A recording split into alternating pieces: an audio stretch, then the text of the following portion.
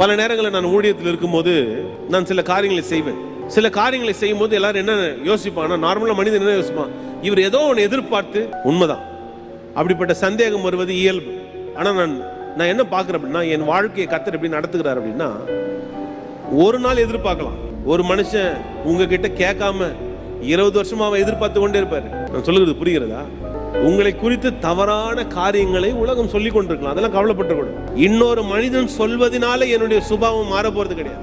நான் இந்த காரியத்தை செய்வது ஏதோ ஒன்னு எதிர்பார்த்தல்ல, கர்த்தர் எனக்கு வைத்திருக்கிறதை நான் இன்னைக்கு காலைல கூட ஜெபம் பண்ணேன். ஆண்டவரே, எனக்கு கர்த்தர் வைத்திருக்கிற தரிசனத்தை இன்னைக்கு என் வாழ்க்கையை சுற்றி இருக்கிற எந்த மனிதனால நிறைவேற்றவே முடியாது. அதனால கர்த்தர் எனக்கு வைத்திருக்கிறத எந்த மனிதனிடத்துல நம்ம போய் கேட்கவே முடியாது.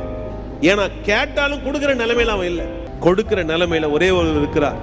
அவர் சொல்லுகிறார், நான் உன்னை மறுபடியும் கட்டு வைப்பேன், நீ கட்டப்படுவா. இந்த காலை நேரத்துல தேவன் உங்கள் வாழ்க்கையின் மீது வைத்த திட்டங்களை கர்த்தர் மறுபடியும் இன்னைக்கு குயிக்கன் பண்றார், அதை புதிதாக்குகிறார். ஒரு ஆமென் சொல்லுங்க பார்க்கலாம்.